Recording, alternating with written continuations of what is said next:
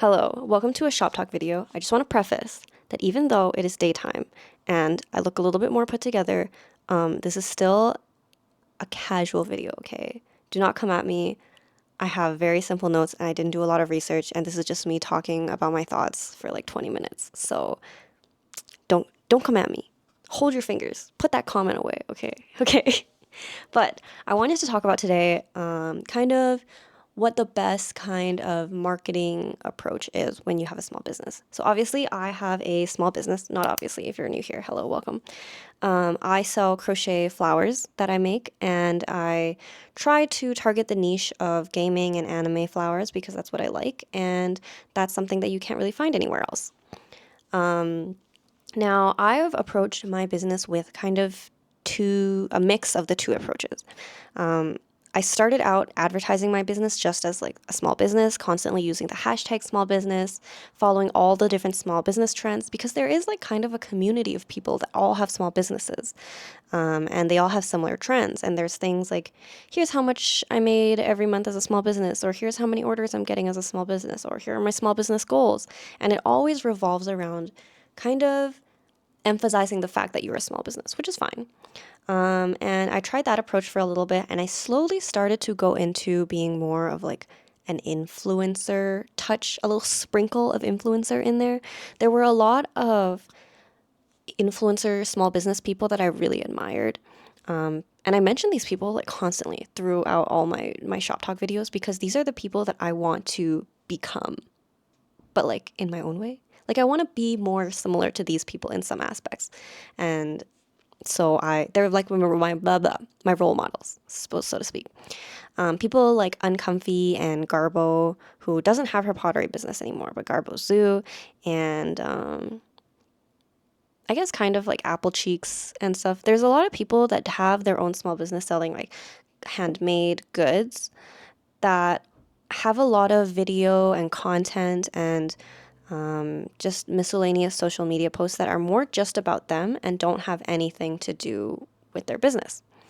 Now, it's kind of a little more and a little less depending on who you look at. And even with Garbo, she doesn't have her pottery business anymore, so she's just full on like content creator now. But I've tried to go towards this approach. Hi, sorry to interrupt the video, but I'd like to introduce the sponsor of this video. It is Munbyn.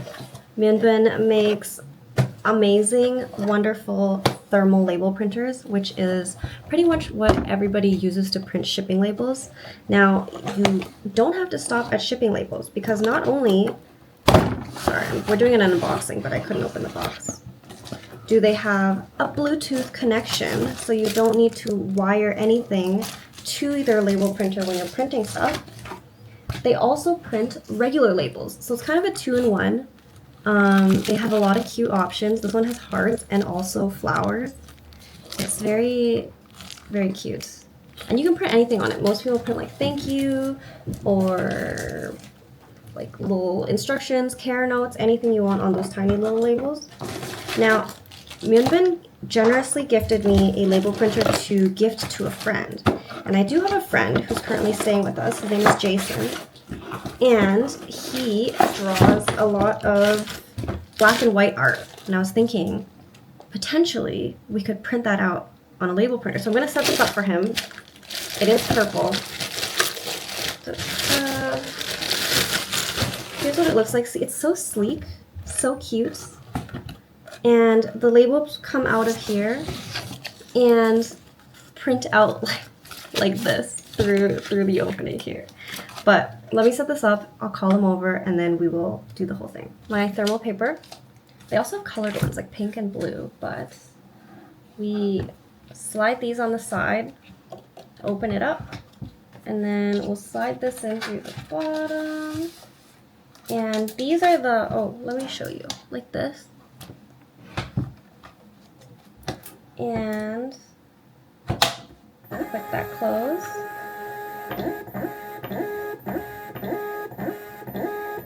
Did I put it in the wrong way? No, it's good. Okay. So I think it's self-calibrating, but let me call Jason. I brought Jason. This is actually our second time filming this, so he may not be as enthused, but Here's the printer, which you already saw. Yes.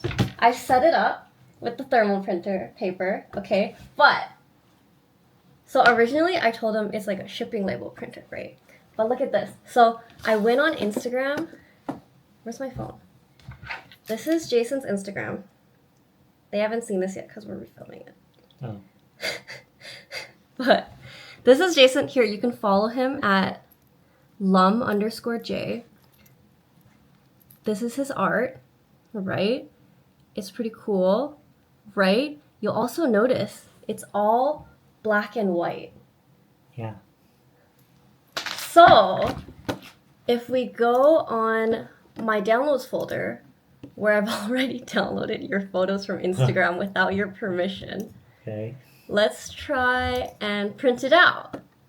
Because it doesn't use ink, right? Oh. So you can print out like anything. Wait, that's actually really good. Right? Wait, ta-da! And it's a sticker. So you can just stick it on stuff. Wait, let's show them the side by side.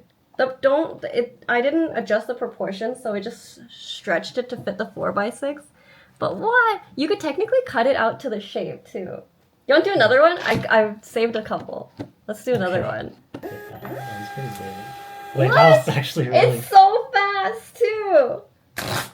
Wait, where's the side by side? Are you impressed? I am, actually. What? Can you see that? Can you guys see that? There's a side by side. Because all of his art is black and white. It's perfect. It's perfect. And it's Bluetooth. If you bring like a charger or something to like an event or like Artist Alley, you can be like, hey, I'll do commissions and I'll print them out as a sticker. Because it's Bluetooth, and then you just connect it to your phone, take a picture, and then, because these are just pictures, some of these, like the tiger, you took a picture of it, right? Or scanned it. Let's do this one. Okay. This is the next one we're gonna, this one, I wasn't sure if it was gonna print out properly because there's like a lot more black, but do you want a couple? I'll print out a couple for you so you can actually keep these. Well, I mean, you get the printer so you can, wow! Here's a side by side. You want the printer now, huh? Wow, that's pretty good. If you cut it out, plus because it's like a label, you can literally just use this as a sticker. Yeah, highly recommend Munbyn. I also use them to do like labeling, like price labels, and I just cut them out and I use that as stickers. So it's super fast, super easy. But yeah, thank you Munbyn for sending this to us. We are super excited to use it. I'm sure it motivates Jason to make more black and white art. But yeah, we'll get back to the video now. But I've tried to go towards this approach because of this concept of story branding, I think it's called. It's this concept if you look up in marketing. Now, I didn't go to marketing school or business school or whatever or anything, so I could just be speaking out of my butt. But this is what I've seen on TikTok and TED Talk and TED Talk and Google. But it's basically this concept where you don't just advertise your brand as its products and like what it offers, but more so attach a whole story to your brand. So for example, there's a lot of like dog food brands that are like, oh, here's our story from like how we have this dog and you know he wasn't healthy, so we decided to come up with our own dog food mix and we, you know, visited this farm or whatever and and that makes you much more likely to buy it than if you just see like a PetSmart commercial for some kibble that it's just like a video of a dog eating kibble and, you know, whatever. You know what I mean? So it's this whole concept called story branding. And if you look it up online, a lot of the explanations of it are like, oh, you're psychologically tricking your customers into thinking that you're connected. But I think a lot of the brands that are good at this are actually connected with their customers. So, oh my God. Sorry, I'm on like my kneeling chair and I pushed it too forward. So for example, a brand that I feel like does a really good job of, I don't actually know if this is story branding, but it's what I'm calling story branding. Duolingo is like the king of marketing, right? Like everybody knows Duolingo. The whole bird is like a meme. They're always posting random like trends and TikTok things and whatever. And not all of them are necessarily advertising what their product is, which is like a language learning service, right? But the way they do it is just so genius because people will watch it. If they prioritize entertainment of their content over like showing what their product is. Usually, I think for the most part, at some point it's mentioned, but at this point, they're so prevalent that like everybody knows the Duolingo bird. You know, everyone knows what Duolingo is. And whether or not you have any interest in using Duolingo, you know what it is. And that's the whole point. Like, not everybody's going to buy your product, but the point is to raise awareness about your product and get it known and get it out there, right? So I've been trying to dabble in the whole influencer thing, and it definitely helps for increasing your connection with the audience. Because when I was just kind of selling my goods as a small business, which I still am, but I guess I should say when I was just advertising my things as a small business, it kind of felt like, look, this is what I sell. Look at this. I sell this. Look at this. I made this. I sell it. Look at this. I sell this. I made it. Over and over again. I wasn't really connecting with the audience other than people who were commenting like, oh, that's really cool. And I'd be like, thank you. And then that was it. So I didn't feel like I was really connecting with people. There are some things like you can show your process and things like that, but I feel like you really need to add in a little bit of who you are to the process. Otherwise, it doesn't have the same touch. So yeah, I'm looking at my notes behind you. So just don't move there. But yeah, there is some. I wrote down some cons, like pros and cons of advertising as an influencer. So pros was like authenticity, connection. It's also more flexible. Like I can kind of make whatever I want and I have more ability to use more memes, if that makes sense. Like it's easier for me to use all of the different trending audios and like little dances and like whatever because I don't have to necessarily use my product in every single video. And I guess the other point you have to make is I have to make is when you're selling your things as an influencer, I'm no longer selling just the product, right? Like I said, when I was selling stuff as a small business, it felt like I was just throwing my product at people. But I feel like you kind of have to sell your lifestyle or your image as a whole instead of just your product. So, for example,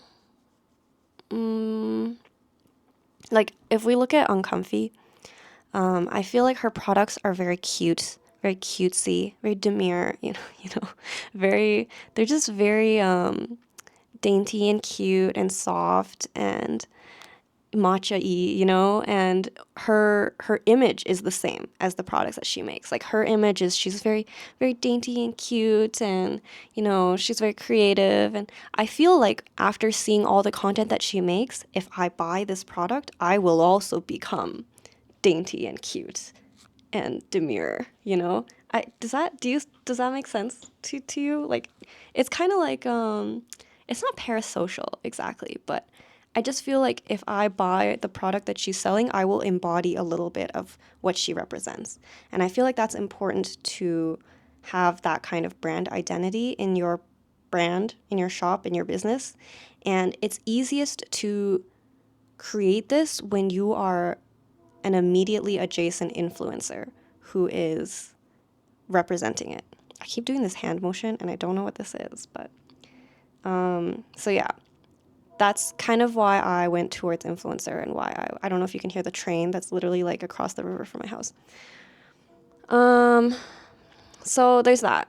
There are cons to being an influencer. One, if you go too far in that direction, people kind of lose track of what you're selling and they may not care anymore, or if you create too much content of just you or that image, people might lose focus of your product, I guess. It's hard to balance the business part of it and then the influencer part of it. There also might be some things you have to be aware of, especially with like branding and sponsorships. It's a great side source of money to get sponsorships and things like that. Plus, like for example, recently I'm moving soon. I actually should have already been moved by now, but we pushed the date because it's just been crazy.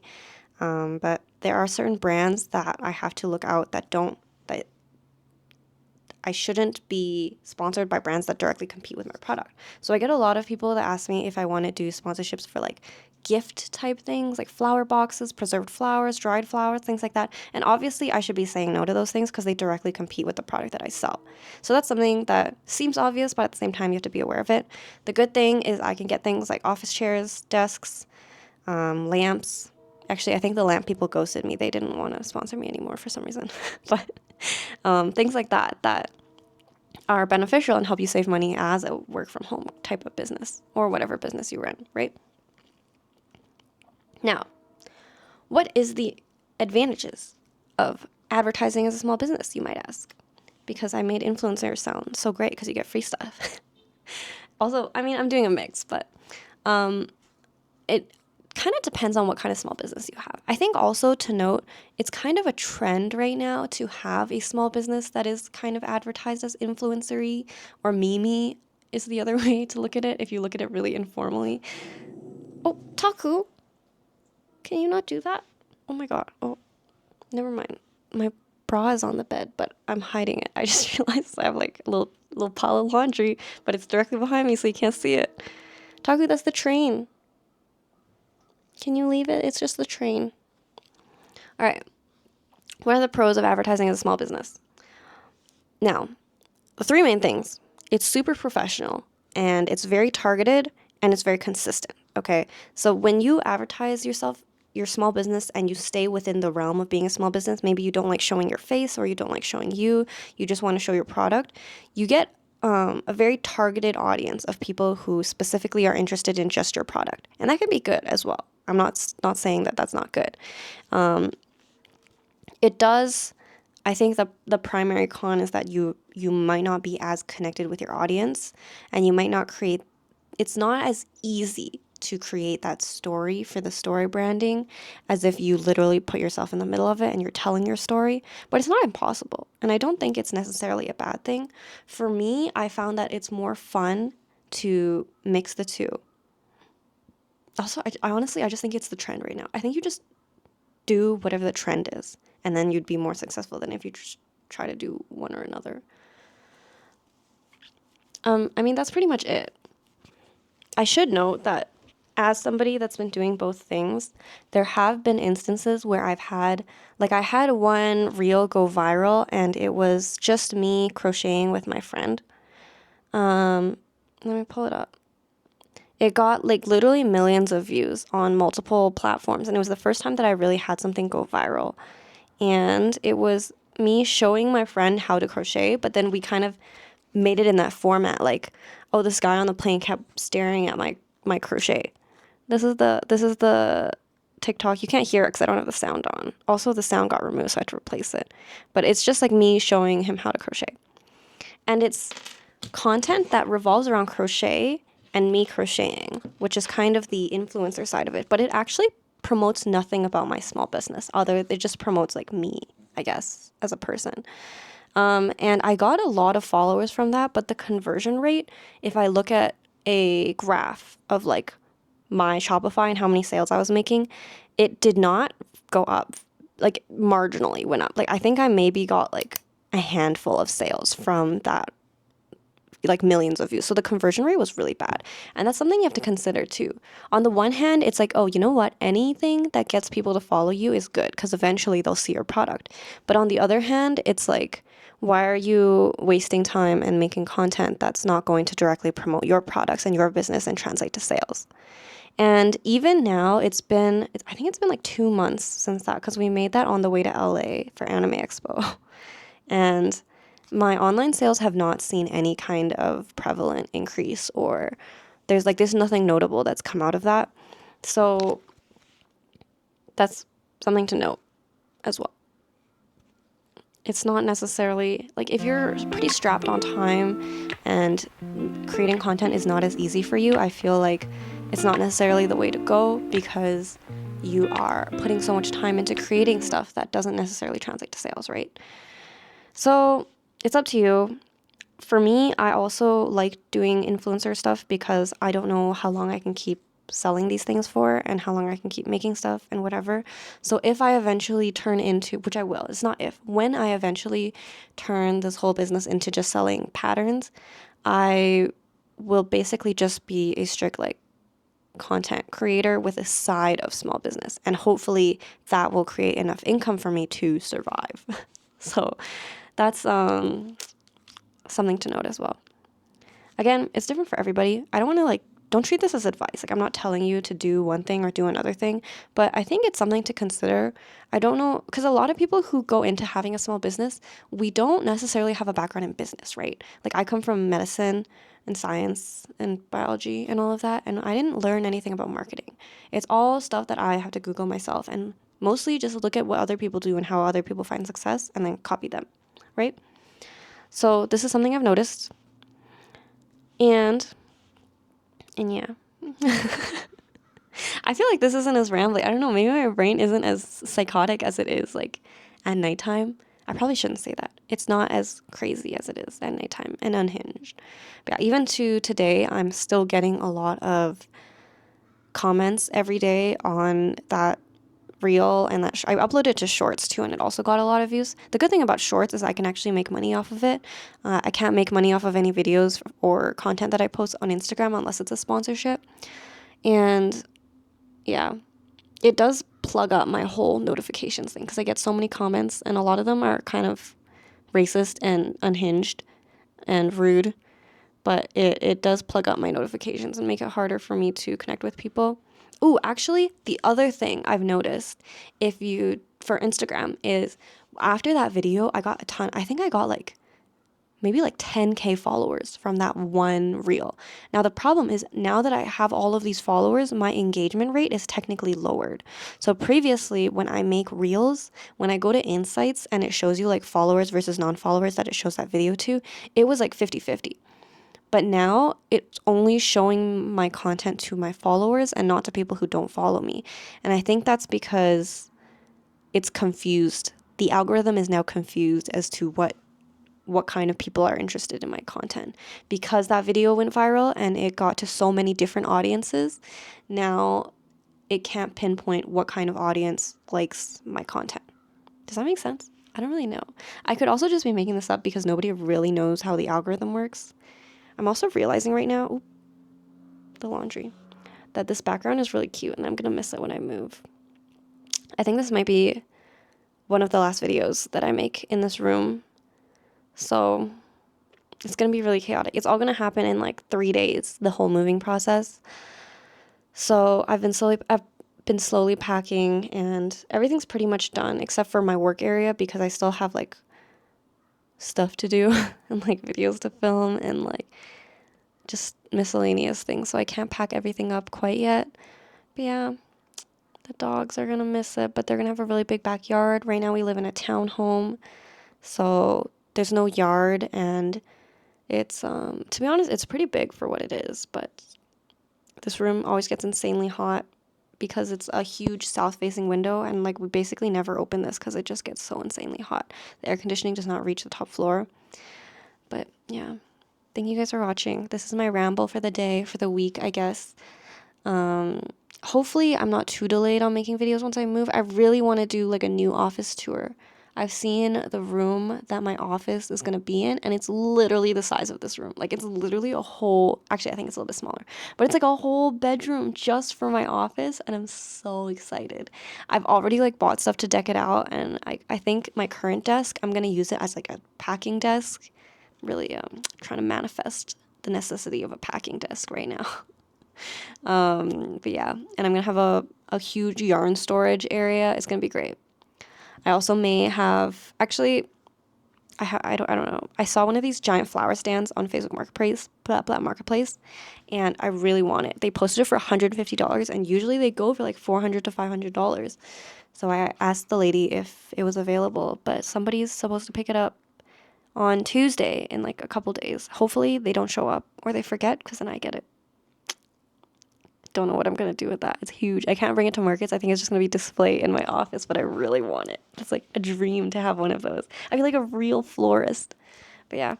Okay, that's it for today's ramble. Thank you for watching. Don't forget to subscribe, like the video, leave comments. If you've tried like going directly one way or another for like influencer versus a small business, let me know your thoughts. We can all share and learn from each other's experiences. But yeah, thank you. Thank you. Bye. Have a good one. I don't know. Okay, bye.